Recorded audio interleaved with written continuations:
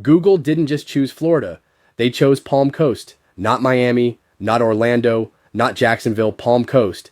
And that decision is going to reshape this area for decades. Most people do not understand why yet, because the internet does not live in the cloud. It lives under the ocean. Right now, Google is quietly landing a transatlantic fiber optic cable here called Project Sol. This is not a cable built for streaming movies or scrolling social media. It is built for artificial intelligence scale data. That difference changes everything. Before this, Florida had no direct low latency connection to Europe. All major data had to route through the Northeast. AI systems cannot work efficiently like that.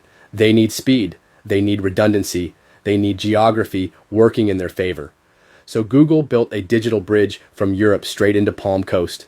Then they connected it by land directly into their massive data region in South Carolina. An ocean highway meeting a land highway right here. Now here's the part most people miss. Palm Coast is not isolated. We sit perfectly between Daytona Beach and St. Aug, two major established economic engines on the East Coast. History shows the biggest transformations rarely happen in the core cities. They happen in the corridors between them. That is where land is still available, where utilities can scale, where capital moves with less resistance. We have seen this pattern before. Virginia Beach, Northern Virginia, European coastal corridors. First comes the cable, then fiber and carriers, then data infrastructure, then the supplier ecosystem. Not thousands of jobs in one building, but higher paying work across construction, electrical, network engineering, cybersecurity, and professional services. That is how incomes rise quietly.